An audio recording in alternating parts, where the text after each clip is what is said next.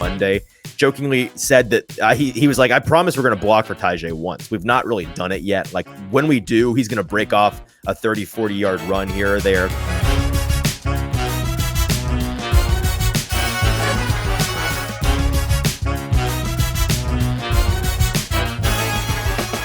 Welcome into the Hot Read Podcast for Wednesday, September the 20th. I'm your host, Easton Freeze, director of published content here at BroadwaySportsMedia.com. We're also brought to you by the 440 Podcast Network.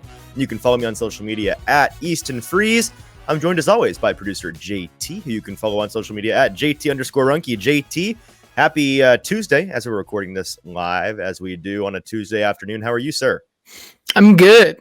I can't say the same for yourself and your softball performance last night. But well, now hang on. Let's be fair. Maybe my best day as a fielder. True. Definitely my worst day at the plate. And that's what people are here for. We can talk about that in a minute. Let's get to some housekeeping first, but I will not duck. You're not going to shy away. I won't duck the questions here. Okay. I won't duck the questions from the media. Like all athletes, professional athletes, high caliber athletes such as myself, you have to address the questions from the media. So I'll be happy to do that in a second. If you're listening with us live today, thank you. Welcome in. Appreciate you coming and hanging out. And today's episode is going to be a little bit different than our typical episodes. We'll explain that in a second. But first, we are brought to you by the fabulous, the wonderful BoomBozz Pizza right here in Spring Hill, Tennessee. Just a 25 minute drive down the interstate if you are in the Nashville area. And that is where we are doing our shows on Thursday every single week this NFL season live from BoomBozz in Spring Hill. They also have locations in East Nashville, in Murfreesboro, as well as locations in Indiana and Kentucky. So you can find a BoomBozz wherever the nearest one is to you. I guarantee you will not regret traveling to find this location and finding some delicious pizza. They have some of the best pizza in the world. You don't have to take our word for it. They are 4-time winners at the Las Vegas Pizza Expos last year. They're the only pizza company in America to have won Best New Pizza in the country twice at the International Pizza Competitions, championships. And we can say firsthand that their products live up to those titles. They don't have a single thing yet that I've tried that is not delicious. We love going every single Thursday, not just because we love doing our show from there and getting to meet people and watch the game at a fabulous restaurant, but because we love having an excuse to go get that food every single week, JT. That's every week I'm looking forward to that, if I'm being honest, as I'm driving in. It's like, I can't wait to do this show, but then I can't wait to be done with the show so that we can eat some of the fabulous food that BoomBozz has to offer and grab a drink from their fantastic drink selection. They got a lot of awesome local brands, varieties that we've been trying, we've been loving. So come on out, hang out with us on Thursdays in Spring Hill at BoomBozz. Just a slight drive down the interstate from the Nashville area. You will not regret it. We're going to be hanging out every single week after our shows in the afternoon around this time to watch Thursday Night Football at the bar and eat and drink and have a good time with whoever is there. And this week, JT, I think we're going to be doing a gift card giveaway. A BoomBozz gift card will be available. I think here's what I want to do. I didn't run this by you, but here's my idea. Let's just say the gift card goes to whoever the first person that shows up and introduces themselves and says, hey, I'm a fan of the show. Nice to meet you. My name is this. You're going to get yourself a free meal. Seems easy enough, right? So literally just show up to BoomBozz this Thursday afternoon. We'll be doing our show live at 5:30 p.m. Of course, Thursday Night Football afterwards. First person to show up, come shake one of our hands. We want to meet you. We want to hang out and enjoy the food, enjoy the pizza, enjoy the football. Just come shake our hands and get a free meal. It's easy as that. BoomBozz Pizza in Spring Hill. Come get a free meal this Thursday and come hang out with us. All right. JT, I also want to remind our listeners to subscribe to the YouTube channel. We're trying to build up that subscriber count on Broadway Sports Media's YouTube account. So Broadway Sports Media on YouTube. That's where you should be listening to today's show live. If you're on Twitter or if you are on Facebook, leave that live stream. Go on to YouTube, look up Broadway Sports Media, find the live stream of this show there. And in the comment section, that is where we want to interact with you today. And today, JT, we have an opportunity for anybody that is listening with us live to talk about whatever's on your mind. Because today is going to be a very relaxed show in comparison to our Monday and Friday episodes. we're still kind of workshopping what we want our Wednesday, our midweek shows to be this season. I think that there's going to be some opportunities for some great guests to join us midweek throughout the year. I'm dabbling with the idea of maybe getting into some film breakdown on the video side of the show if people are interested in that. So if you have opinions on whether or not you'd be interested in hearing from some guests, breaking down some film, doing more looking back at the last week for the Titans as opposed to looking forward to the next week for the Titans, let us know your opinions if you are a fan of the show and you have an opinion on that. We are still feeling out what we want our Wednesdays to be. But today, we're just going to go through a potpourri, a potluck, a hot read potluck, if you will, JT, is what we're going to do today on the show. We've got a lot of different topics that are just on our minds. It's going to be very relaxed. It's going to be conversational. I'm wearing my editing headphones because, you know, it's representative of the fact that today we're just taking it easy. And, you know, my name is on the cover of this show. So I kind of can just do what I want. And that's what we're going to do today. We're just going to talk about whatever we want for a couple minutes and then get out of here. What do you say? Yeah, I'm good with that. You ready to dive in, or are we going to do what you said that you weren't going to do and dodge your question? I'm not dodging. So if that's where you want to start, we can discuss that briefly. And this is something we haven't talked about this, I think, on this show for like it's been a couple months, 11 months or something since since we started the show. But we continue to play rec league softball every single Monday since the show has started. And Easton, it was a performance. It was one of your performances of all time last night. One of them of all time. Yes. It was the standout portion of my performance from last night was at the plate. We were playing a team that it's a co-ed soft pitch softball league. So it is very much a social outing, right? We're just out there having a good time on a Monday night and we take it seriously. We like to win. We like to compete. But I mean, it's soft pitch underhand softball. Pretty much every pitcher we've come across has been just a dude, you know, yoinking up in softball for you to hit as far as you can. We came across a guy last night who, I mean, I guess credit to him because he has developed a unique way of pitching in what should be a very straightforward league. He does this like sidearm loop around the side where he puts spin on the ball and it actually has some movement, which you don't like. It's not, you know, it's not baseball. It's soft pitch softball. And I think it's fair to say it did not suit my eye, caught me off guard. I'm usually a stalwart OPS guy. I love to just hit singles all day. I'm usually pretty reliable in the lineup. Last night went over 3 at the plate. Really, really brutal. Just head was not in it. Heart was not in it. Body clearly was not in it. In the field, I played quite well, but I hand up, got to grinding the film this week. We're gonna have to look at and see what we did and learn and improve. So that's on me. Yeah,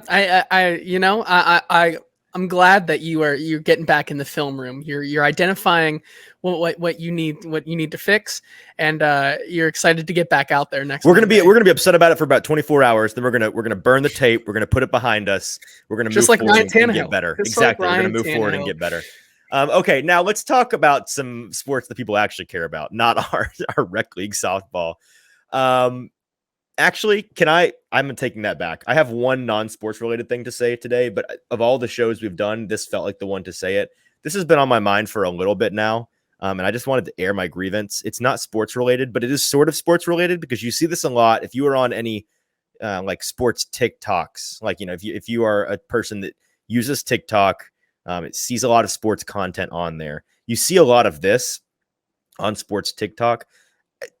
This TikTok cadence that people have started speaking with in their social media content should be illegal. It should be a felony. It should be you should be able to penalize it, I think, with the death penalty, but at least life in prison, I think should be firmly on the table. It's the way that people talk in these videos where it's like all of their inflection is really slow and robotic, and they end on you end ascending. And I'm gonna play an example of this in the microphone because I can't do I feel like I'm too normal a person to do an impression of this. It's like monotone, but also condescending at the same time. Just listen, and I think you'll know what I mean here. Quarterback in his third season was 0-13 when his opponents scored more than 24 points, or if they were 0-12 in comeback games where they got the ball down by 7 or less points in the fourth quarter. where they got the ball down by 7 or less points. Like, what? Speak like a normal person. What are we doing? Why is this the preferred cadence? It's not one or two people. I don't even know who this person is. I see it everywhere, and it annoys the fool out of me. Speak like a person. Does this not bother you? No, because it's the grind. Like, you kind of, if you want to succeed on TikTok, you kind of have to just like, you have to talk like you have to condescending robot. You have to leave your dignity at the door and just give in to the algorithm, and then just kind of, and then it's like the algorithm you're not reward normal speaking like a normal person. So I've found that the only person that it has rewarded is Theo Ash, but I think that's also because people know that he knows ball. But besides that, like, I don't think there's another certified ball knower on TikTok to begin with. So like, I don't even hate like the example I just played. You can say what he said verbatim like a normal person, and I don't have an issue with it at all. Like, the content of what he's saying is fine, but the delivery, what are we doing? Bridge Lori in the comments, appreciate you being with us live, says, I'm here because Easton is the only Titans Twitter account who doesn't pander to fans for clicks. And I appreciate it. I appreciate you, Bridge. Thank you for listening to the show and consuming our content. Yeah, I mean, I get it. Like, it pays to sell out in a number of different ways in this industry. And in some ways, like calculated ways, like we choose to occasionally sell out. Like, we'll make our titles to episodes a little clickbaity here or there in the cold open of the podcast. When we have the edited version and you have the clip from the show, like, we like to make it as clickbaity and out of context as possible, because it's kind of cheeky. It's interesting. It grabs your attention. But there are times when we are brainstorming ideas, like for a thumbnail or for a title, and you come with an idea, and you are much more willing to just lean all the way into, let's get as many clicks as possible. And that is I respect the businessman in you, and that's probably better for our bottom line. However, there are times that you'll come to me with an idea, and I know it will do better online for clicks and for eyeballs and for, enragement is engagement style guerrilla marketing. But I'll be like, JT, that's a picture of Trevor Lawrence on the cover of our thumbnail. I don't talk about Trevor Lawrence once in this video. And you're like, yeah, it's clickbait. And I'm like, yes, it is. But there's a difference between clickbait that is bait for something that's actually in the article or in the podcast, and then clickbait. My least favorite thing in the world, and maybe this is just me, but I feel like people will relate. When there's clickbait and you're like, oh gosh, like, it's probably like whatever this is, this topic, they're really exaggerating it. If they're exaggerating the topic, but then I click in and it's actually about that topic, then fine. But whenever there's clickbait and then you click in and you're looking and never once do they talk about or mention the thing that they were using to bait you in the first place, what are we doing? Our society is crumbling. I hate it. I refuse to do it. I refuse to participate. Old man. I know this is old man yells at clouds. Okay. That sidetrack out of the way. Now we can talk about some football. Do you want to talk about Monday Night Football last night? It was a doubleheader. I mean, if we have to, I mean, the only thing to talk about is how bad I feel. Can we talk about the Browns and then nothing else? Because the rest of it, I don't have any interest in. The only reason we're talking about the Browns is because the Titans do play them in week 3. I mean, there's some things to take away from it, but like, I have no takeaways from Saints Panthers other than the Saints are a bad 2-0 team, and the Panthers, their number 1 overall pick, Bryce Young, looks like of the starting rookie quarterbacks this season, he is the one that is drowning the most pretty clearly, which is not great. That's kind of concerning. I think you're seeing some limitations on him. There's a reason why he ended up being my QB3 in this class. Like, I think that the ceiling is lower than people think with him, and the physical limitations are proving to be a problem early, but it's only been 2 weeks, so we'll see. Certainly no verdict on that.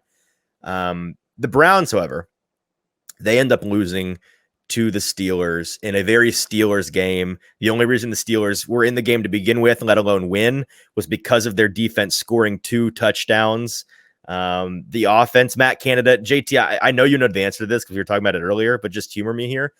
Matt Canada has been the offensive coordinator for the Steelers for 37 games now, dating back to the beginning of 2021. How many times do you think his offense has produced at least 400 yards in a game? I mean, it's got to be like twice, right? Like, I actually that's a good answer. Good acting. Good answer. You don't know it? I didn't look at this. This was in a group chat. I assumed you saw it. No, none. Not once. 37 games. It's the only, the Steelers offense is the only one since the beginning of the 2021 season. So this is the third season in a row now, ongoing, where they have not produced at least one 400-yard offensive game. Matt Canada is a disaster. I'm sure Steelers fans are ripping their hair out over him because he's very, very bad. Their defense is very, very good, though, and so they managed to win that game. The Browns are kind of in the same boat right now, it feels like. Defense seems really, really good. Obviously a new defensive coordinator hire who the Titans are very familiar with, who's really turned that ship around. And not to say that the Browns defense was bad, but they struck me the last couple of seasons as a group that on paper had the potential to be much better than they actually were. And so I think they're maybe reaching that potential more. On offense, where to start? I mean, like, Deshaun Watson is in an active battle with Russell Wilson right now for who is the biggest trade and sign mistake in NFL history. Like, I think Russell Wilson right now is actively saying, like, you think your situation with me is bad, Denver. Check out what they got going on in Cleveland with this guy, Deshaun Watson. At what point do we have, because last season we kind of chalked it up to, he hadn't played football in over a season and a half. He's going to be rusty in a new system. There's an adjustment period. When does that end? We're now 9 games into the Deshaun Watson experiment, the $230 million guaranteed experiment. And this accused sexual predator still is not good at football. There's a lot of layers, but from just a football standpoint, he's not good. Are you still giving him the benefit of the doubt? Or do you think has he lost it? I mean, I don't see it getting any better now that they lose their blue chip, like, can't lose offensive player in Nick Best Chubb. Like, player. Yeah. I don't think it can get any better for him. I mean, obviously, when you start the game off with a pick six, like, you just, like, it's not going to get better from there. Like, no. If you start a game like that, it's not going to get better. So, like, we'll see this week against Tennessee, like, if he can maybe put something together, but through 2 weeks, like, you can maybe excuse the first week because of how poor the weather conditions were, and that it was just a very good game for anyone on the field. But, like, last night, like, you can't start off the game like that, throwing just to a terrible progression and looking through that and reading the defense like that and just getting absolutely clowned on. I will also say that with any team that starts their season off like the Browns have, and like the Bengals have actually, and like like all 4 NFC or AFC North teams have, your first 2 games being divisional games, like, there's a big asterisk there for me. Because divisional game, like, there's very much there's a lot of voodoo that goes on. There's a lot of, like, inside baseball, styles make fights, your opponent too well kind of thing. Like, we know divisional games in the NFL are weird. That's why we love, when we're betting in the best bet gauntlet, we love divisional game dogs because they tend to cover the difference between the best team in a division and the worst team in the division is usually a lot closer when they're playing each other, because that matchup is just so unique as compared to teams that don't see each other so often. And we talk about a lot in the offseason how these division teams, they're actively, intentionally building their rosters, building their football operation to compete with and to beat their fellow divisional opponents. Like, it's like they're designing weapons specifically tailored towards beating these teams in particular. So I want to see more from the Browns against non-divisional teams for sure. But Deshaun Watson, I mean, he's getting sacked like crazy, so that's also fair, I think, to say he's not getting the protection that he needs. He's not producing in the passing game really at all. Like, he's being very bad. He's been very bad for 9 games in a row. And he's got the weapons now. I don't think there's any argument that their receiving core is not cutting it. You've got Amari Cooper. You've got Elijah Moore. You've got Donovan Peoples-Jones, who's an underrated receiver. You've got serviceable tight ends. Certainly, I think that he's got the skill position players. I think that there's a lot of concern in Cleveland, and for good reason, with him. And the Titans game would be an ironic time for him to turn it around and just torch the Titans, which the Titans have seen him do a lot when he was with Houston. But I think the Titans have to feel relatively good about the level of quarterback play they're going to be facing this week.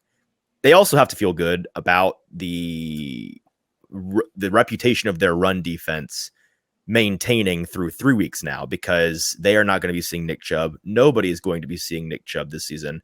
Obviously, if you didn't watch Monday Night Football, he had a traumatic knee injury, bent backwards and sideways. If you're familiar with his college career in 2015, I think, against the University of Tennessee, he had a very similar style injury, a multiple ligament dislocation style knee injury. I think in 2015, he tore his MCL, LCL, PCL, or something like that, 3 of the ligaments, and dislocated his knee. And that was a massive knee recovery. We don't know yet what the specifics of his current injury are, but I mean, you look at it, there's multiple things torn there. There's multiple things dislocated there. It's not good. It's like a year plus, maybe. It's one of those injuries you look at it and you're like, that might end a running back's career, unfortunately. And it's the same knee that he hurt in college in 2015. So really upsetting for him. And it should be upsetting for any NFL fan, because he's one of the most fun runners to watch in the league. And he's certainly done for a long time. He may be done for his career, which sucks. But we have to look at it from a football perspective. And the Titans are going to have a much easier time facing this team from a running standpoint. The Titans defense, already the best run D in the league, has been for a couple of going on 2 seasons now. We talked to Jack Gibbons, starting inside linebacker, yesterday at the Titans facility about, the big test that they were going to be facing this weekend. Arguably the best pure runner in the league at the moment in Nick Chubb, in this great Cleveland running game. Another one of the few teams like Tennessee that has for a while now built their identity on the run game. What's that going to look like for you guys? It feels like 5 games in a row, at least, where the Titans have allowed 50-ish running yards or less and no explosive runs. Was that going to change this week? Well, we'll never get to find out, because they're going to be going up against, and I've already forgotten, Jerome Ford. Is that the backup? Yes. Jerome Ford is the backup there in Cleveland, unless they sign somebody, which we'll talk about later in the news.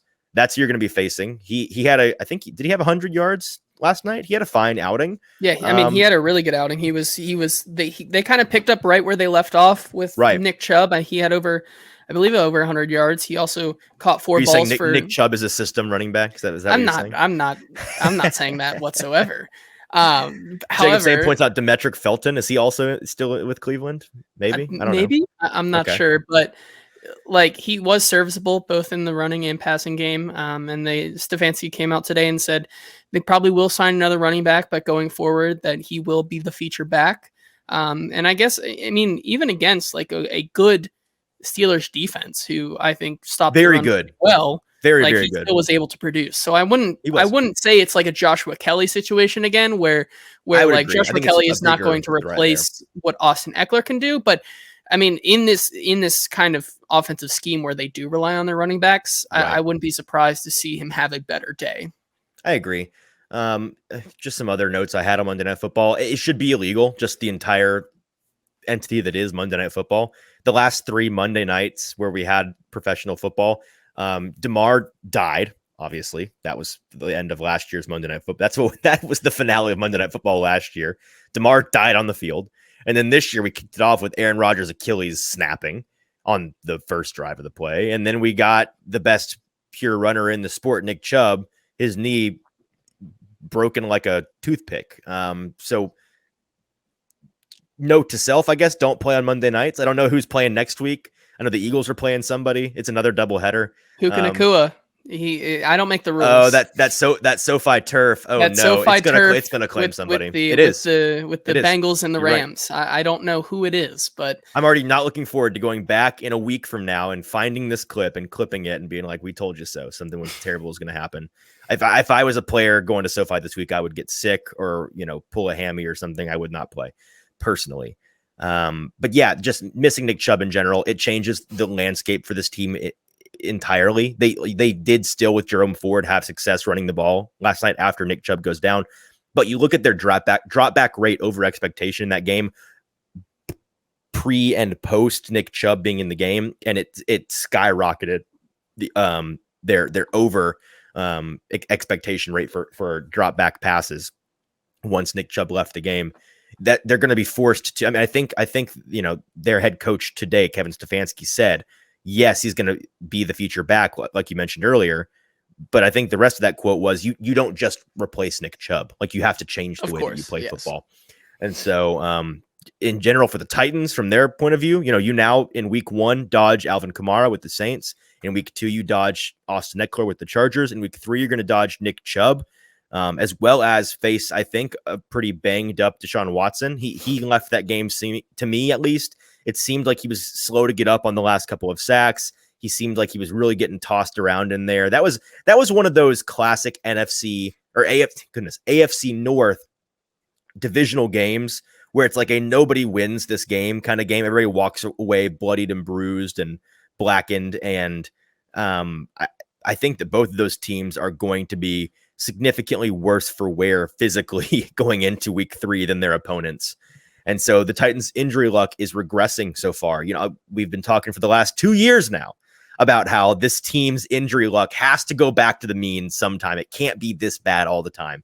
And I'm not sitting here jinxing it. It's early. Like, the Titans are going to face injury adversity because almost everybody in the NFL faces injury adversity. But so far early, they have gotten that regression in their favor a little bit. Looking ahead past week 3, obviously you're ducking Nick Chubb. In week 4, Joe Burrow's re-aggravated calf injury. He's already got some question marks, according to the press, in Cincinnati going into week 3 this week. The Titans face the Bengals at home in week 4, so that could be in play. Burrow already playing bad, not mobile with that calf injury, re-aggravated it. Not even sure if he can go this upcoming week. He probably will, but we're not sure. And then in week 5, you face the Colts. Not Anthony Richardson. Well, he is in concussion protocol. I'd assume he'd be back by then, but we're not certain of that. You go back to the running back category, though, and you've got Jonathan Taylor technically can be off of the PUP list by then. But how confident are you that it's the PUP list that's keeping him off the field and not the, drama elsewhere, the situation with him and that team? Maybe he comes back and is a good soldier all of a sudden. I'd be kind of surprised by that, wouldn't you? I would, but then he's been working. He's been getting back into gear, ready to go. So, I wouldn't be surprised if he does kind of suit up. But then again, you've seen now 3 weeks in a row. Like, if you're Jonathan Taylor, you've seen 3 weeks now where Nick Chubb is done for the season. Austin Eckler has a high ankle sprain. Saquon Barkley has an ankle sprain that we don't really know how severe it is. What are they telling us?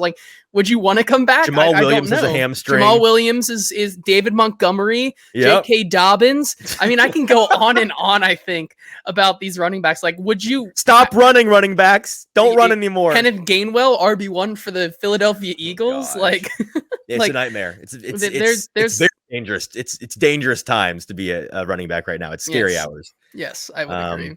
Okay. Let's move on from that crazy Monday Night Football slate. And one question we got, I kind of put out a feeler last minute on Twitter. Anybody have any topics you want to hear talked about on the show today? And coming through at swingman_the, and then I think it cuts off because I'm assuming it doesn't just end there, but it's the name of the account, Cheesecake Factory and Ball, 2 things that I'm a fan of, asked, now that we've seen 2 games from each AFC South team, what are the updated expectations for each? The Titans these seem to be his opinions here. The Titans are about what we thought they were. The Colts are a little bit better. The Texans are a little bit worse. The Jaguars don't seem to have taken a big step forward. And then he asks, records, AFC South champion prediction, any wild cards. So let's just go team by team real quick, and we can kind of give our thoughts through 2 weeks. Again, none of this is definitive. It's 2 weeks. We're still I need at least a month's worth of data mentally and literally on paper in front of me to look at, to feel like I have a great bearing on these teams. But we can kind of talk about each one and what we've thought about them through 2 weeks. And we can start with the Colts, the Indianapolis Ponies up north. Got to start with QB1, right? 2023 NFL draft class QB1, Anthony Richardson. We talked about him. I think I always claim him as my QB1. Was he your QB1 by the end or no? Or did you really not make a decisive call? I didn't. I thought Anthony Rich. I thought each you were had high their on own him. Flaws. I was. I thought all 3 of them had their flaws, but I wasn't sure putting one above the others. Really. Well, I'm going to continue to tout the fact that I was definitive in the final month of the draft season. He is the quarterback 1 in this class. I think that he has looked much better than a lot of people were expecting from him. A guy that only started 13 games in college, comes in, he left the second game against the Texans early with a concussion, which sucks. He was cooking with gas in that game. Young man was rumbling early in that game, 2 touchdowns, like 80 yards in the first 7 seconds of the game. Was looking good, and then goes down with a concussion. Zach Lyons in the comments. JT's chair height is directly proportionate to his interest in the topics. JT, you also want to leave? You have no interest in today's topics? I guess not, apparently. Zach, reader of People, has decided you are not interested in these topics. I think that Richardson looked good. I think 3 total touchdowns, 279 yards, which the passing yardage is suppressed for sure by the fact that he didn't play 2 full games, but he's not been airing it out a ton. It's been pretty efficient football as opposed to explosive football from him. But I take that as kind of a positive, because he was a guy that was touted as this big arm, explosive play guy. Obviously the mobility is there, the size, the athleticism, all of that. But as a guy that was so green, so inexperienced coming in, I was not going to be shocked if early on he was going to be like a, big play down the field, taking shots, not throwing outside the numbers, just taking what he's given in the middle of the field and taking a couple shots to like Alec Pierce streaking up the sideline. And then other than that, kind of slicing and dicing with the legs and just taking off a bunch. Very, very stereotypical football for the prototype that he fits into. And it's not really been that so far. He's been a guy willing to take what's given to him underneath, throw outside the numbers, methodically move his offense down the field, take off when he needs to. But again, very limited film so far. I don't feel like he's bailing from clean pockets all the time. I think he's seeing the field pretty well. Everything for him has been above my expectation. I guess ahead of my mental timeline, I should say, for what he's looked like. So I've been impressed with him. I hope that the concussion doesn't keep him out for too long, because I want to see more. I've been really excited by his level of play. I would agree too. Like you were just saying, I think he's gone past a lot of people's expectations for timeline. Like for me personally, I thought he was going to struggle these first couple of weeks, and then as you kind of see, I thought he'd suck for the beginning of the year. He was my favorite guy, and I thought he would stink to begin. Yeah, I mean he hasn't been this amazing passer. Like he is 32nd out of all quarterbacks in passing yards. He's 32nd in pass attempts. Right. But I don't think that's truly a knock on who he is, and more of just like what this Colts team is currently, and just like how they've been in these games. He's also played 1.2 games, not 2 games. True. Right. That is also true. That he hasn't played much football so far. But I mean, when he was running the ball last week, he was seeing the field very well. He wasn't dodging those pockets. They were a lot more designed runs, which is not what they gave him in the first week. So I really like what I see from him so far. Other thoughts on the Colts? Not a ton. Their receiving core has been as underwhelming as I thought it might be going into the season. Even a guy like Alec Pierce that I'm a fan of as a prospect, and just generally I think that he has the potential to be a good football player, has been underwhelming. None of those guys have really stood out to me. Their tight end core, young guys, not really standing out. Their offensive line is playing much, much better so far this year than they were last year, which very low bar. They were horrendous last year. The Colts offensive line was at times rivaling the Titans offensive line last year for the worst in the league. They've played much better so far. Again, only 2 games, but that level of play is encouraging, I think, for a young team. Let's talk about the Texans now. Got to start with the quarterback again. CJ Stroud, and as much love as Richardson has gotten, I think nationally and in the AFC South circles, as he is due, because he's looked very good so far. I think people are overlooking just how good CJ Stroud has been in 2 games so far. It's easy to overlook because they have gotten beat pretty handily twice. They have not won a game. They've not really been in a game. But Stroud has looked very impressive to me when I go back and watch the broadcast again. I've watched a little bit of the All-22 of both of these quarterbacks, and he's not looked in over his head at all.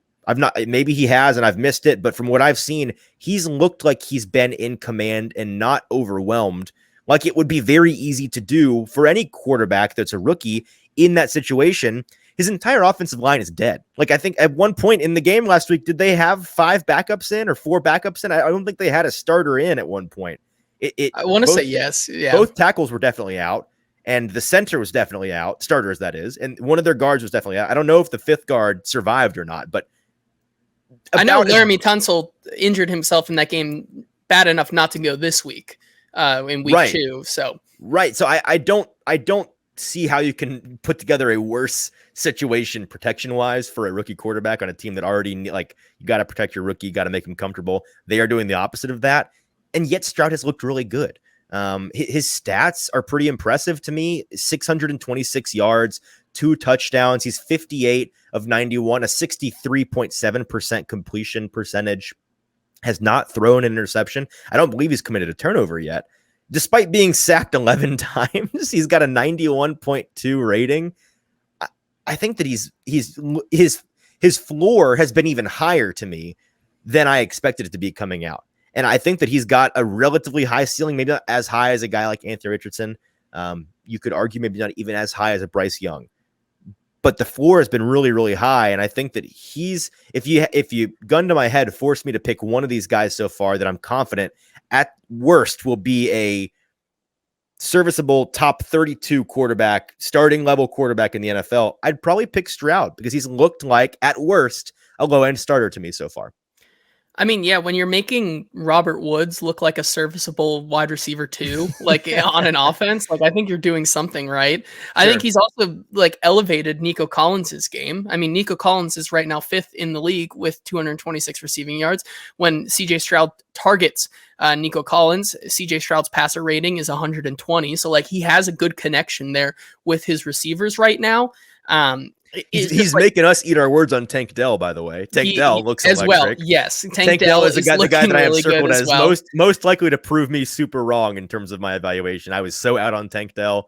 He's been balling. I good for Tank, man. I agree with you. Like if that line was at least just a slither of a bit more healthy, like we probably would see a lot more from CJ Stroud and see more dynamic plays from him. But right now, since he is just kind of fearing for his life on every single snap, like what he's doing with his game right now, I think is going in the right direction. Okay, let's talk about the Jaguars now. Anything else on the Texans you want to mention? I think their defense has the potential to be really good. Talked about it. I think it has the potential. I don't think it has been very good so far. I agree. It's been underwhelming so far. I think it has the potential. I think Will Anderson is good, obviously, but like then they're also missing Jalen Petrie. They're missing Jimmy Ward. They're missing a lot of their secondary. Like it's a very hurt team right now, and I think that is reflective of their 0-2 because like I think that with a healthy team, like I think they play closer to that Baltimore team in week 1. Yes. If their team is healthy, they probably are able to like scratch and claw their way back in that game with Anthony Richardson out. Like it's just a tough time right now because they're kind of bit with the injury bug. Yeah. And then the Jaguars, I'm going to push back super hard on a lot of the numbers you've seen so far from Trevor Lawrence, talking about, how Trevor Lawrence is like hanging out with the dregs of the league as passers. So Logan asks, perfect timing. Jaguars have the most overrated quarterback in the division. No, they have the best quarterback in the division. It's not close. Trevor has been playing at times out of his mind in these 2 games. And this is a ultimate, do not just read the box scores. Go watch the tape. Watch what this guy has been doing. He has been playing so much better than the rest of the team's total performance has looked like. This dude had at least 3, arguably 4 touchdown passes that were sick last week against the Chiefs. That weren't touchdowns because the receiver couldn't keep his feet in bounds or couldn't catch the ball. Like, he's been balling. There were some clips from week 1 as well against the Colts where he made some out of his gourd passes. He's been really, really good. Has he been perfect? No. I would argue he's been a little bit inconsistent for sure and not like truly ascendant level. Like I'm not saying he's here all the way, but he's consistently in each game so far shown me flashes, multiple per game, where it's like, oh yeah, this guy's getting close. He's getting really close. And it's kind of right in line with what I thought they would be this summer, JT. We talked about how maybe this Jaguars team is just a really good quarterback head coach combo, and they've got some nice skill position players. And then the rest of the team is quietly really mid and maybe actively bad. That's kind of what I've seen so far. Logan says in the comments, counter, they would have been touchdowns if the ball was better placed. No, go watch. The ball was in the right place. The receivers didn't make a play. Go watch. At least 3 of them I will vouch for. The fourth I think there's room for argument on, but 3 of those passes that I'm referencing that were potential touchdowns, the ball was there, the play was made, it was a sick pass, the receiver didn't make a play, or they were just, their foot was an inch out or whatever. Jacob said 12 o'clock Kirk Cousins is the best. Is that what we're calling Trevor Lawrence? 12 o'clock Kirk Cousins? I think he's just saying that 12 o'clock Kirk Cousins is the best quarterback in the league. Oh, I see. Well, that is, I mean, there's no arguing with that. Although, they are an 0-2 team. We'll talk about, I want to talk about 2-0 and 0-2 teams later on in the show before we wrap up. But besides Trevor on the Jaguars, the other thing that I find interesting, their offense in general has been really, really underwhelming. And their play caller, Press Taylor, is new to play calling. Obviously, Doug Peterson called plays last season, I believe, for the majority of the season, if not all of it. Press Taylor is now calling plays, and people are already getting really restless and wanting Doug Peterson to take back over and play calling. I saw some Jaguars account, kind of tinfoil hat, but they had pictures to back it up. So, maybe in the first half of the game against the Chiefs, Doug Peterson, hands empty, reading glasses up on forehead, headset on, watching the field. Second half, Doug Peterson, glasses on the nose, suddenly a play sheet appears in his hand, and he's looking down at the play sheet. Did he take over the play calling in the second half? I do not know. I don't believe he's been asked about that so far, but I don't know if that's going to be long for Press Taylor. I don't know if it's going to be long before Press Taylor loses those play calling responsibilities, if he has not already, based on what we've seen so far. Their offense has been really, really underwhelming, especially with, again, the quarterback play that they have. Their offensive line is really lacking, I think, but their skill position players should be able to make up for some of that. And so far, that's not been the case. The play calling, the actual operation has been underwhelming so far. Anything else? I've seen a lot of numbers on the defense being like, oh, the defense is good. I'm calling cap on that too. It's been 2 weeks. I think the advanced metrics are giving them I'm still based on the personnel. I will eat my words if through 6 or 8 weeks, they're still one of the best defenses in the league. I think I would agree with you. I think it's a mirage right now. I think they also just haven't played they haven't played a truly good skill position group. I think. No, you lean into this take because you're wanting to say they haven't played a good offense yet, and I don't want to say the Chiefs' offense is not bad in general, but right now in that game in week 2, they were not good. It was the lowest. I saw a metric. It was the lowest offensive success rate that Chiefs team has had, I believe, since Patrick Mahomes became the starter. So that was not a good offense that they faced against that Chiefs team. Yeah, they're not playing well right now. I don't think obviously the Colts are brand new. So the Colts are brand new. I still think we're going to see this Jaguars team have success against the Texans next week. Sure. Maybe the Falcons give them a test with their truly good. I think they truly have good skill position players. They'll test that running game, or the running defense for sure. And then I think you get to the true test is when they go to London to play the Bills. I think that will be the true test, and we'll see if this Jaguars team can hold up. Well, that's the perfect one too, right there. That's what I want. I'm going to withhold my judgment of their defense until then, because you get Falcons the first week. Was that week 4, week 5? The Falcons? Yes. So week 5, they face the Falcons. They're going to absolutely test that running defense. I want to see that. Then the next week in London, Bills, you get the other half. They're going to test that passing defense. We'll get to see both elements tested, stress tested in their own individual way, scientific method, the ish out of this thing, and see what we got. I'm going to guess that it breaks under the stress, but we will see. So far, they have been statistically better than I anticipated them being. Let's talk about the Titans now. This is a Titans show. We are 48 minutes into today's recording, and we've not mentioned the Titans much at all.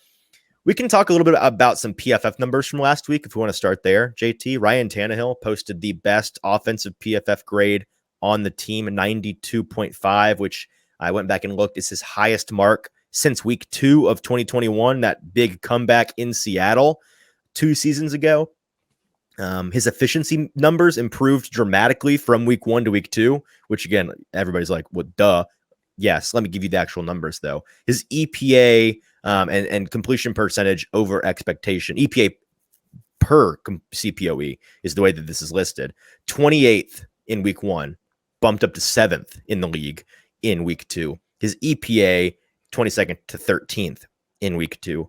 CPOE. I see. It's combined. So the combined average of CPOE and EPA, 28th to 7th, individually 22nd to 13th. And then his completion percentage over expectation, which not shocking for a guy that went, 84%, completed 20 out of 24 attempts, went from 27th in week 1 to 1st in the league in week 2. And then his offensive success rate from 26th to 12th. I also know that he led the league in week 2 for air yards per target. I believe 10.7 off the top of my head was the number, or I don't know if it was per target or per completion, but he led the league in that air yards metric nonetheless. So again, a very good week for Ryan Tannehill. I think that what we see on average from him is something probably in between the efficiency of week 2 and the disaster class of week 1. I don't think that it's like, it'd be cherry picking to say like week 1 was not him. Week 2, that's him. It's somewhere in between. Don't you think? I would say so. I think this week will truly be a test for him for sure. Like, I think we saw bad, good. Let's see if we can get to a reasonable middle here. Consistently average. Yes. Yeah. I'm with you. Because that's all you're asking him to be. Now, of course, if he continues this high grades into like the London game, then like maybe we'll have something to talk about. But like, sure. I'm hoping it regresses a little bit just because I think that's what we expected. Well, yeah, that's what I'm expecting to be the case with him. And then elsewhere, second highest grade on the team, Tyjae Spears, 83.9 grade, a very, very good number. He's electric. We've been saying it since March when we talked to Zach Lyons and Stoney Keeley down there at the Senior Bowl. That was actually February, I believe, about how fun this guy is to watch play football. And he remains so fun to just watch play football. He's got the juice. He's got the burst. He's got it. He's just really fun. And he's electric on the field. Mike Vrabel in our presser with him on Monday jokingly said that he was like, I promise we're going to block for Tyjae once. We've not really done it yet. Like when we do, he's going to break off a 30-40 yard run here or there. I think that he is kind of annoyed by the fact that Tyjae has been forced to create chicken salad out of chicken, you know what, which you get the reference of now, JT. I know that he was doing a lot of, and Vrabel mentioned this, like he was doing a lot of creating in that game, consistently finding a couple yards here or there when it looked like there weren't any. Some numbers on him. He's averaging 6.91 yards per carry, which ranks third most in the NFL among running backs with 10 or more carries this season. He just has to get blockers. No, he definitely does. And I mean, even without the blockers, I found this stat from our friend Danny Kelly, rushes with 4+ yards after contact. So after he's already got that contact. So, I mean, I appreciate you clarifying that. Just of course. After contact. Yeah. CMC with 14. It's like incredible. And then you have other guys on here like Tyler Algier and Bijan Robinson both having 11 and 10 at that dynamic room. James Cook is getting that running game going. You have Raheem Mostert kind of coming back to form, James Conner, and then you have a group here of eight rushes with 4+ yards after contact, being David Montgomery, Tony Pollard, and Tyjae Spears. Tyjae Spears on 8 of his rushes has had 4+ yards after contact. Like this guy, if you give him space, like even if he doesn't get contact, like he just needs that room and he's going to go off. Like he's what the Titans have been looking for as the Derrick Henry compliment, because in that way, he's just like Derrick, right? He is the yak lord. He is the guy that brings the juice and brings a dynamic element to your running game. It's just different than what Derrick brings. And that's the perfect compliment, as we've been talking about for months now. It's what they were looking for in, drafting Darrington Evans 3 years ago, however long it was. Is what they were looking for in drafting Hassan Haskins a couple seasons ago, and they could not find it. They have now, I'm willing to say they've found it now in Tyjae Spears. What else here? Chris Hubbard, fill in, veteran, old man on the right side of the offensive line, continues to be perfectly serviceable. I've been impressed by him. He had the 7th highest offensive grade, a very respectable 68.7 for the Titans in week 2. Dylan Radins, welcome back, young man. Put up a third best offensive grade on the team, 74.3. very impressed given the circumstances of having to fill in mid-game, just 8 months removed from an ACL recovery, first game back, really people are saying first game back. It's also important to note that before he was gone, he wasn't really playing then either. So it's kind of just like, if he plays a couple weeks in a row here at the beginning of the season for the Titans, it's going to be the first significant sustained action he's had in his NFL career, really. So I'm excited to see what he can do. He looked really, really good in the run game in particular in the tape that I watched.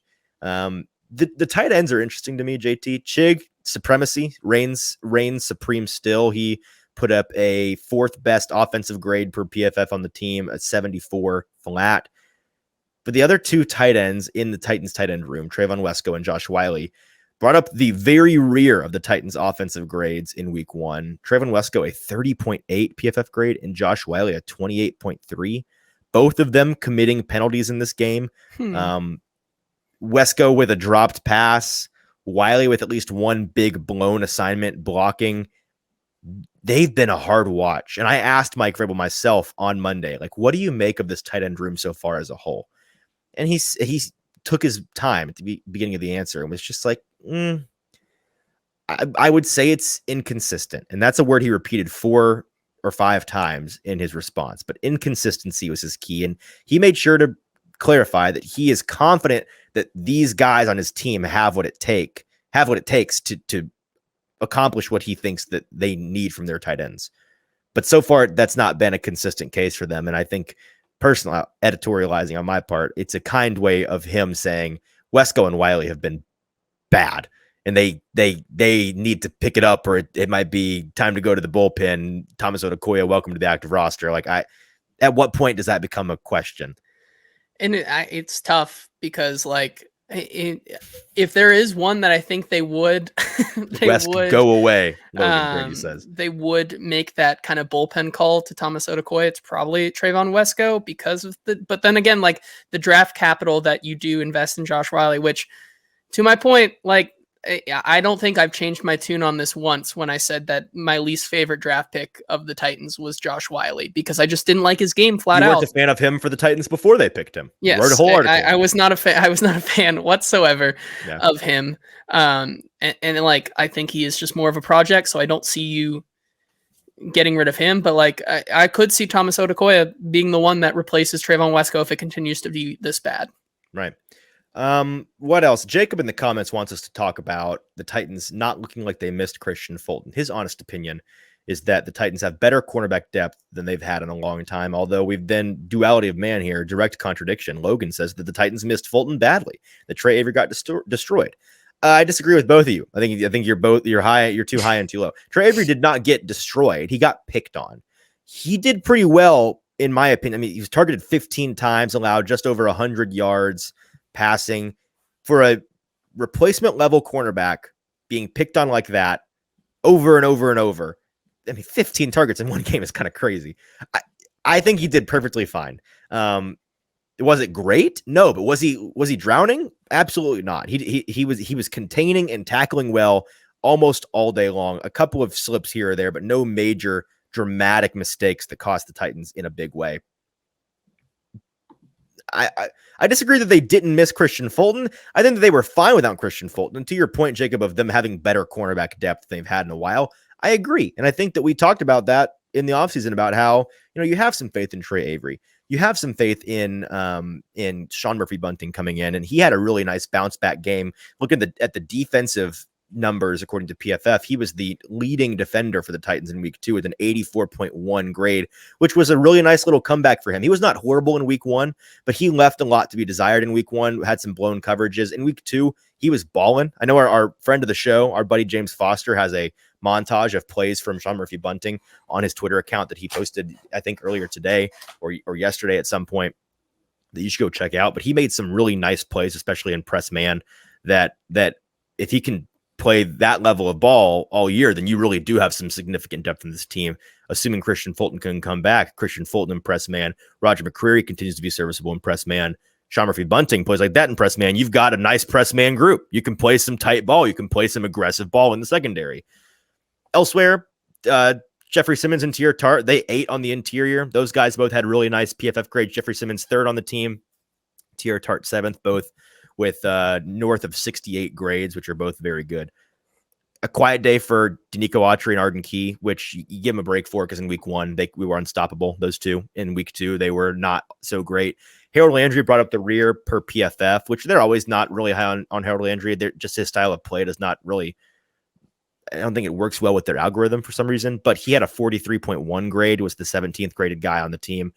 I'm not concerned about him for a while. I won't be, because again, he's returning from an ACL. He's not played football in a long time. I don't think the first month of his return should be a lot of cause for concern. And we did finally at the end of that game see him make a splash play. We saw him get home and get his first sack since 2022, or 2021 rather. And so I think that he'll get increasingly better week by week. I think every single week you'll see improved speed impact from him. So I'm not concerned about him right now. In general, maybe this is a hot take, JT. I feel like this defense has underperformed a bit to my expectations. And to be fair, it's because my expectations for them were so lofty. I thought and talked about how I thought this defense would be a top 5, maybe top 3 at some point by the end of the year defense in the league, just in general, the entire defensive group. And so my expectations, the bar I have mentally for them is very, very high. Have they been bad? No. But have they lived up to that elite defense league-wide standard? Not yet for me. The front has, although I think the front sneaky had a fine game in week 2. They weren't as impactful as they could have been. The secondary had a nice bounce back in week 2, but it was not great. And in week 1, they were an active liability. So I'm not a fan of how they've played so far. Again, it's just 2 weeks. They've been perfectly fine. So I guess I'll take it back. It's not that I'm not a fan of how they played. I just think that they're capable of more. I think that they know they're capable of more. I think that the personnel just on paper is capable of more. And I want to see that. One specific metric that I can bring up on the defense, this is a chart of pre-snap 2 high shell coverages for NFL that NFL offenses have faced so far this season, which basically is just how many times this year, what percentage of the time this year when you're on offense is the defense giving you a 2 high safety look. And the Titans are, let's see, they are 1, 2, 3, 4, 5, sixth, the 6th fewest times so far this season through 2 weeks. Just 40% of their offensive looks have been against a 2 high shell, which tells you that the defenses that they have faced so far have not been particularly worried about or willing to respect the Titans' ability to stretch the field. They're basically saying, you know what, we don't think you're going to be able to go over the top here and burn us deep. We're not going to just give you the underneath stuff. We're going to play pretty aggressive. And after connecting on that 75-yarder to Traylon Burks in week 2, connecting on the 49-yarder to Chris Moore in week 2, 2 big shot plays where they do win over the top. Off the top of my head, at least one of them had a 1 high safety look. Maybe both did. Maybe the defenses now will start respecting that ability to stretch the field more. I would assume the Titans need to prove that more than just one game. Like, let's see it happen again. But if they can start ripping off one of those deep shots a game and actually connecting on it, they will force teams to respect them over the top more. And that will open up more on the underneath, allow Ryan Tannehill, very Kirk Cousins mode, just slice and dice, take what's given to you, be efficient and effective on the underneath routes, the crossers, the outs. Derrick Henry and Tajay Spears will have more room to run, fewer stacked boxes, fewer bodies closer to the line of scrimmage. All of that will be improved by, if they can, their ability to stretch the field and force defenses to take them more seriously over the top. Any more thoughts on the Titans, JT, before we do a couple more topics? I was just gonna say on that, like that, it'll be very interesting this week, and this is kind of like a primer. I'm very interested to see if they continue to target Traylon Burks and Chris Moore with that deep ball like they did this week, because of how good this Cleveland secondary has gotten off like a start this season. Like, the only way that the Pittsburgh was able to really make them pay is with George Pickens and going deep and making them pay deep down the field, as right. George Pickens scored that 70-yard touchdown last night. Like, do we see more of that this week? I'm not sure. So it'll be something interesting to look at. Yeah, I think that secondary that they're facing in week 3 is the group that's been playing at the highest level. That Saints secondary was playing at a high level for sure, but this Cleveland secondary has really impressed me, so it will be a challenge. let me talk about this real quick, JT. This is such a it's a take that I have that I think is funny and interesting, and we'll put it out there. It's not super important, but I'm curious, folks that are listening with us live, give me your thoughts on these classifications that I have. Agree, disagree, go to Broadway Sports Media's YouTube channel, find this live stream in the comments. Let me know what you think. I have on Twitter this afternoon, I was bored over lunch and was like, let me just, what do I want to talk about? I classified the teams that are 2-0 and 0-2 so far by whether they are good bad teams or bad good teams, or bad teams or bad good teams. So basically, just of the teams that their record indicates they're good or bad, are they actually good or bad? Let me start with the 0-2 teams, the winless teams through 2 weeks. This is what I have seen. And this is not a prediction necessarily of what they're going to be down the road. It's just in a vacuum. Here's what I think you can say about these teams. These are the good bad teams. These are the teams that are 0-2, but I've actually come away with positive things to say about them, optimism for them. The Patriots, I think, are the best 0-2 team right now. And I have no reason to believe that this Patriots team is going to actually threaten for anything or threaten anyone this year. I do think they'll be pesky. I do think Bill Belichick has it as a defensive coordinator and as a special teams guru. He's kind of post-offense. Like we've reached the post-offensive phase of Bill Belichick. He clearly is just, it's like he's already beaten the game. And now he's trying to go back and like do all the like let me do it without ever collecting coins. I'll do it without any boosts. Like he's doing challenges now is what it's like story game. It's like story video game modes where it's like, okay, now you can replay the whole game again, but now everything is 10 times more difficult. No, it's exactly. Like plus yes. mode. That's literally that's what it is. He's just doing challenges now. He's trying to speed run and stuff. He's not trying to beat the game. He's already beaten the game. So I think that the Patriots they've impressed me. Mac Jones has been serviceable. Their receiver core horrible on paper. It's been fine. Their defense has been really good. I've been impressed. Like, you know, our guy, Christian Gonzalez, first round cornerback, looked awesome the other night. I think that they're a very good bad team. The Texans, I think, are a good bad team. I've had positive things to say about them. The first half Broncos have looked pretty good. Both of their games so far, first half, you've been like, all right, Broncos, look at that. They fixed Russ. Sean Payton is cooking. And then the second half, not so much. But the first half Broncos, I think, are a good bad team. The Cardinals are a good bad team. The question, of course, is why? What do you, Rich Gannon? He's got that fire in his gut. He's taking the bus to work. So, like, I get it. But what are we doing? Being good? This is not the goal. We need to lose as many games as possible. This is the goal of our franchise. Why are we a good, bad team so far? Josh Dobbs at the helm. They've had some dog in them, even though they're 0-2. And then the Chargers. If you just take, I said Chargers, but in parentheses, not Staley. Take him out of it. So the Chargers, I think, are a good, bad team. Just like they've scored 50 plus points and committed no turnovers through 2 weeks, and they've not won a game. So like I think that they're a good bad team. Just Staley doesn't get to be a part of the good bad. He doesn't get the medal. The rest of the team does. The bad teams, the Bears. No one's arguing with this, right? I mean, the high school defense, dysfunctional offense. Justin Fields looks bad. He seemingly is refusing to take off and run and do the thing that we know he's good at. He wants to be a pocket passer. It's not working. Bears are a bad team. The Vikings, defense is bad. They looked bad on Thursday Night Football last week. I think the offense is going to be fine down the road, but so far it's not been super great.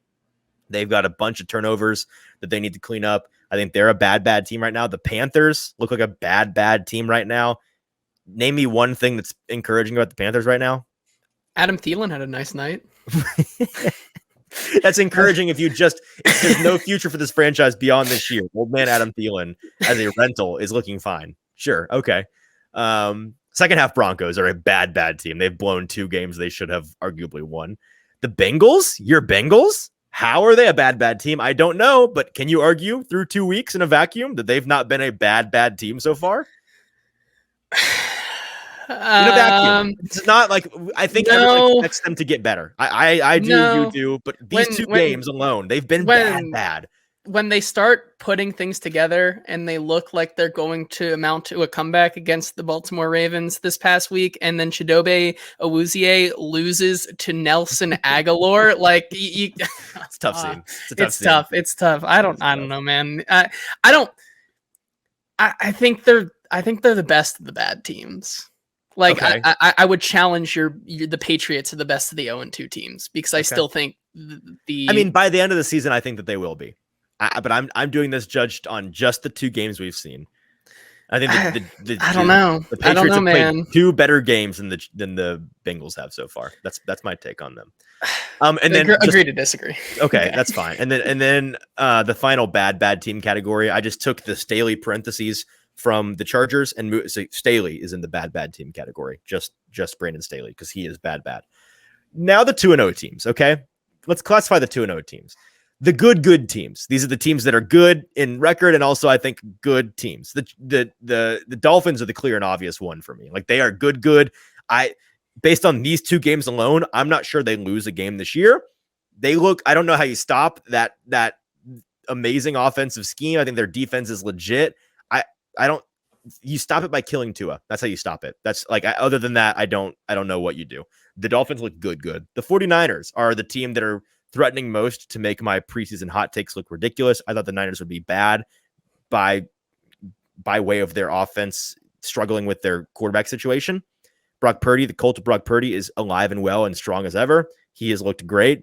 I want to see them play more difficult teams, but so far they are a good team. The Ravens are a good team, despite probably being the most injured team so far early in the season. They've got a lot of key injuries, and they have looked good so far. Lamar Jackson has looked good so far. Zay Flowers has looked good so far. Dude is a star. Just keep him healthy. I love Zay Flowers and what he's done so far and what he provides to Lamar Jackson in the passing game. Zay Flowers alone, if you took the rest of their receiving core out, just having Zay Flowers, that's the best receiving option situation that Lamar Jackson has ever had, in my opinion. I love Zay Flowers. And then the Falcons, but in parentheses, not Ritter. I got to take Ritter out of it. The rest of the team, I think, has been good so far. I've been impressed by Bijan Robinson, good pick. 8th overall, who cares? Good pick. He's looked good. He's looked like he's got the juice. He's looked like he's worth every penny that they spent on him in draft capital. I'm in on what they did with him. I'm in on what they're doing elsewhere. And the defense has been sneaky fine. I would say the defense outside of the secondary, like minus Ritter and the secondary, for how star-studded that secondary is, I think you're right. Been really bad. It should be better. I'm with you. Maybe we take the secondary out too. But so no Ritter, no secondary. The rest of the Falcons team has been good. Bad good teams. The Eagles, man, they've been bad good so far. I think they've been sneaky bad good, especially last week. We sat at the bar at BoomBozz Pizza in Spring Hill. Shout out BoomBozz, fantastic pizza. They didn't look like they were playing their best game or even close to it. It looked like a C+ game from them on Thursday night in week 1 against the Patriots. The Patriots, made it a game all the way to the end. The Eagles have been bad good so far. I think that they'll get better, but so far it's been underwhelming. The Saints, definitely bad good. I don't know when their next great opponent they play is, but I think that they'll get killed by the next very good team they play. I don't think it'll be close. I don't think that they're in the class of the best teams in the league. The Buccaneers, which in parentheses, I just said, LOL, keep going. I think everybody's rooting for the Buccaneers. It's fun. It's hilarious. I don't think it's going to be sustainable. But it's awesome. And then the same thing for the Commanders, Bucks and Commanders, 2-0, undefeated, never in doubt. The Sam Howell and Baker Mayfield led Bucks and Commanders look fun. They look good. They've played bad teams so far, but I want to see them. Continue and keep I think that they're mirages, but they're fun mirages. So I'm in. And then just the third category was just, man, I don't know. I don't know what I put the Cowboys in here. Can you play a team that's not from New Jersey, please? Don't play the Giants and the Jets without Aaron Rodgers. And then I'll believe. I know Cowboys fans are going crazy over all the advanced metrics so far have been Cowboys are by far the best team in the league. Yeah, because they played the Giants and the Jets. Let's give them a real competition, and then let's see what's going on. And then I put Ritter in here too. I don't know, man. Is he a real quarterback? Every time I see Ritter, I think that the girl on the plane, that back there is not real. That's Desmond Ritter to me. I don't know. Yeah, we'll see. I guess, I came into the season thinking that Desmond Ritter is better than people think. I did too. My eyes. Jury's still out though. Tell me different so far. Yeah, it's. I don't know. I didn't put him in bad. I put him in I don't know. Okay, that's a silly thing that we just did, but I found that funny. One more thing before we get to the news with JT and we get out of here. Best Bet Gauntlet preview. We're gonna do this more on Tuesdays. JT and I, we made this clear in the Best Bet Gauntlet to start the year, but in case you want to bet with us, we are, what are we? Which, by the way, 13 and 7. 13 and 7 now because, 13 and 7. This is true. Because I did go 5-0. So yes, you did go 5-0. First perfect performance of the season. Bravo to you, sir. We are 13 and 7 as a show. JT, a very hot start at 8 and 2. I am at 500, 5 and 5. We'll take it. We're just going to get better from here. I started the inverse of what I was last season. True. You started 2 and 8 last year and then got back to 500. You are 8 and 2. So that just means it's going to fall apart now, right? Is that what that means? I hope not. I hope not either. But as we look for the best lines during the week, after the Monday night games are over, so on Tuesday mornings, if you're not familiar with how betting works, the books put out their fresh lines for the week. They re-release them. The lines Tuesday morning are the official lines that will then be adjusted up and down for the rest of the week until we get to Thursday night and then to Sunday. So we're not going to grab any look-ahead lines before the end of the week, before the last game ends on Monday night and you get to Tuesday morning. But starting Tuesday mornings, JT and I are going to be looking for lines. And if we think that there are some lines here or there that are bound to move throughout the week, and we have reason to believe so, we're going to go on Twitter at Easton Freeze, at JT_Runke. We're going to explain why we want to grab this line now and kind of lock it, freeze it for potential use in the Best Bet Gauntlet on Thursday. And we have two. I have 2 of those, JT. I don't know if you have any, but maybe you disagree with these. I have 2 that I wanted to lock in today. I already tweeted about them this morning. We retweet them on the Hot Read podcast account, so check them out there. But 2 lines that you should grab now before they move, and they may have already moved. I'm not sure. One is Buffalo. Okay, Buffalo -6.5 at Washington. Last I checked, the juice was starting to lean Buffalo, so that line's trying to move. People are betting up Buffalo. They're making Buffalo a more expensive side. But this is really simple to me. They're on the road at Washington, a 2-0 Washington team that is a mirage, right? Who's Washington beaten? They barely beat the Cardinals. And then they barely beat the Broncos. Okay? Because Russ couldn't convert on a 2-point conversion. Great. They were down by 18 points to the Broncos at one point. So, Buffalo is 10 times better a team than they've seen so far this year. Buffalo under a touchdown. They are a very good team. And we talked about it last week. I don't have the number right in front of me, but when they win big. They more often than not, when they win, they're winning by 10 plus points than they are winning by a touchdown or less. So they blow teams out regularly when they win, and I think that they're going to win here. And then Washington's a bad team that's beaten 2 bad teams. It's very much a mirage look. So grab Buffalo while they're still under the touchdown. You can get that -6.5 now. Still can right now. You still can right now? Okay. Yes. The other one that I don't... Unlike this one. Can you not get this one anywhere? No, it's now at +3. Okay. So at all books. Hopefully people saw this on my Twitter account because it was at +3.5 this morning when I tweeted it. Tennessee +3.5 at Cleveland. Before the Nick Chubb injury in their Monday night game, the look ahead, you could have got him at 4.5. But even this morning, you could have got him at 3.5. Tennessee getting the field goal and the hook. We say it every week. We'll say it again. Mike Vrabel, as an underdog of 3 or more, is 23-9-1 against the spread. That's an auto bet, right? So this is an auto bet if you can get it over. Actually, this stat says 3 or more. So even at 3, he is still 23-9-1 against the spread. It's still an auto bet by the numbers here to grab Tennessee on the road as a 3-point dog. But if you can get it 3.5, even better. Cleveland is coming off this brutal divisional fight where they lost Nick Chubb for the year. Deshaun Watson took a beating.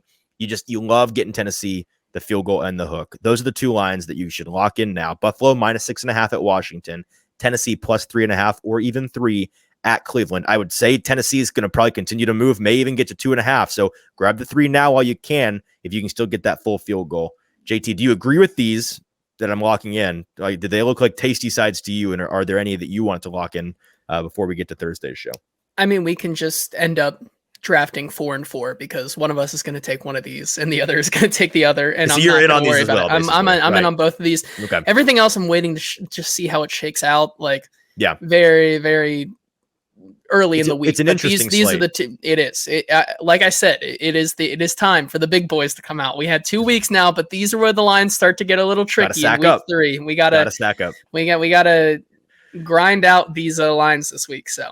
All right, we've gone along today, but we can't get out of here without getting to a little bit of Titans news. So without further ado, this is producer JT with the news.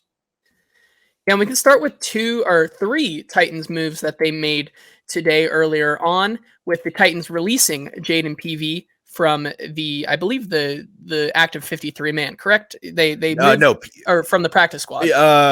No. He was released from the active. Yes, so Jaden Peavy, defensive lineman, was removed from the or released from the 53-man roster, and they sign Kyle Pecco to the 53-man roster from the practice squad. And then they also release Michael Dwumfor from the practice squad. So a lot of movement for defensive linemen today with the Titans. And then also today, the Titans host 3 players for tryouts today, which was a very interesting note that came in right as we were about to record here, with Tennessee trying out tight end Kendall Blanton from Missouri, defensive back Anthony Chelsea from Coastal Carolina, and then defensive back Michael Ojemudia from Iowa. Okay. So with the defensive lineman movement, I'd imagine they release Michael Dwumfor to sign Jaden Peavy to the practice squad, moving him from 53 down to practice squad, Dwumfor from practice squad to unsigned. Kyle Pecco has been elevated the last 2 weeks and has gotten some reps in actual games so far. And he's like, they like him as a veteran presence, as a swing guy on the defensive line. He's played fine. I think he's been good and he's been serviceable. So I think that's a fine move. With Peavy, it's just a little bit disappointing. There was a lot of hype for him in training camp preseason before they got started. It just did not translate, unfortunately, to real game reps. And so he's still young. I think that he'll continue to get better. But for now, not a guy that they want to keep around on the active roster. Yeah, then we can move on to a couple stats here regarding Derrick Henry this week. So this past game, Derrick Henry passed Willis McGahee for 41st on the all-time rushing yards leaderboard today. He sits at 8,478 career yards. He should pass Jim Taylor to enter the top 40 within the next 2 weeks or so. He also passed Ricky Watters for sole possession of 22nd place in rushing touchdowns at 79. And if he scores this weekend or any other time this season, he will become the 7th NFL player in the Super Bowl era to reach 8,000 rushing yards and 80 touchdowns within his first 8 seasons, joining Eric Dickerson, Barry Sanders, Sean Alexander, LaDainian Tomlinson, and Adrian Peterson. Some very good company to be in. Yeah, all I have to say about this is I saw an article from our buddy Paul Kaharski about whether or not Tajay Spears' success and presence on this Titans team is going to hinder Derrick Henry's trip to Canton, his road to Hall of Fame enshrinement. And I totally understand and get where he's coming from with that line of thinking. I see there's so many of these stats where Derrick Henry is one of 6 guys to do this, one of 8 guys to do this, one of 3 guys to do this in NFL history, right here. One of 7 players to reach 8,000 yards and 80 touchdowns in their first 80 seasons. Joining Eric Dickerson, Hall of Famer, Barry Sanders, Hall of Famer, Sean Alexander, Hall of Famer, LT, Hall of Famer, AP, future Hall of Famer. Like, I think he's already got it in the bag, guys. I really do. Can he bolster that and lock it up for sure with more? He's at 8,400, just shy of 8,500 career yards, getting to 10,000, but all but seal it. I think he's already there. So I get that line of thinking, but I'm not too worried about him not being in Canton. I think he's already a Hall of Famer, in my opinion, at least. I would agree with that. And then finally here, just one other note to keep an eye on before the Titans play the Cleveland Browns this weekend. Of course, with Nick Chubb being done for the season, Kareem Hunt visited his old team, the Cleveland Browns, today. No word on if a deal gets done there yet, but could be interesting. Obviously, he already knows the system. He's familiar with it.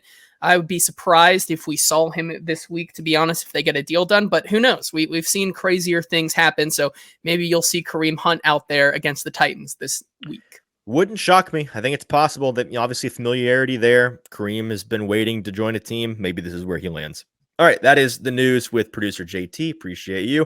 Appreciate all of our live listeners today. As we are done for the day, we'll be back on Thursday live from BoomBozz Pizza in Spring Hill. Reminder, gift card giveaway. First person that shows up on Thursday afternoon comes and introduces themselves and says, hey, I'm a fan of the show, or hey, I hate your guts, but I know who you are and I'm here for the show. Either way, we appreciate you guys and would love to have you come hang out with us in Spring Hill on Thursday. Show live at 5:30 p.m. before Thursday Night Football. Then we'll be watching Thursday Night Football at the bar, hanging out with whoever is in the neighborhood. So come hang out, get a free meal with a free gift card giveaway if you're the first person in the door to come say, hey.